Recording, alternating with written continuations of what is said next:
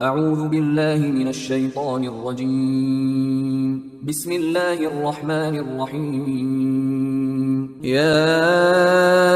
أيها الذين آمنوا إذا تداينتم بدين إلى أجل مسمى فاكتبوه، وليكتب بينكم كاتب بالعدل،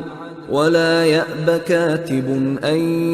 يكتب كما علمه الله، فليكتب وليملل الذي عليه الحق وليتق الله ربه ولا يبخس منه شيئا، فإن كان الذي عليه الحق سفيها أو ضعيفا أو لا يستطيع أن يمل هو فليملل وليه بالعدل، واستشهدوا شهيدين من رجالكم، فإن لم يكونا رجلين فرجل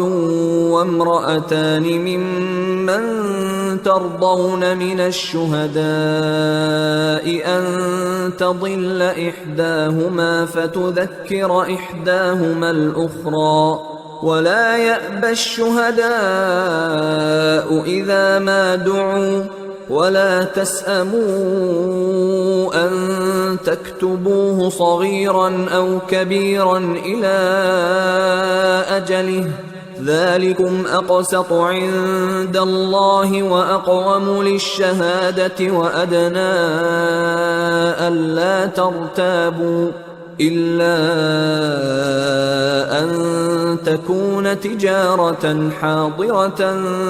تديرونها بينكم فليس عليكم جناح ألا تكتبوها، وأشهدوا إذا تبايعتم، ولا يضار كاتب ولا شهيد، وإن تفعلوا فإنه فسوق بكم،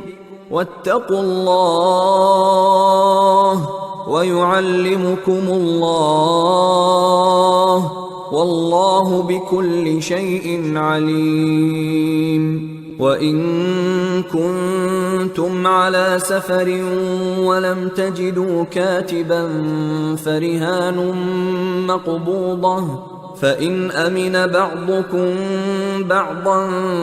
فليؤد الذي اؤتمن أمانته وليتق الله ربه، ولا تكتموا الشهادة،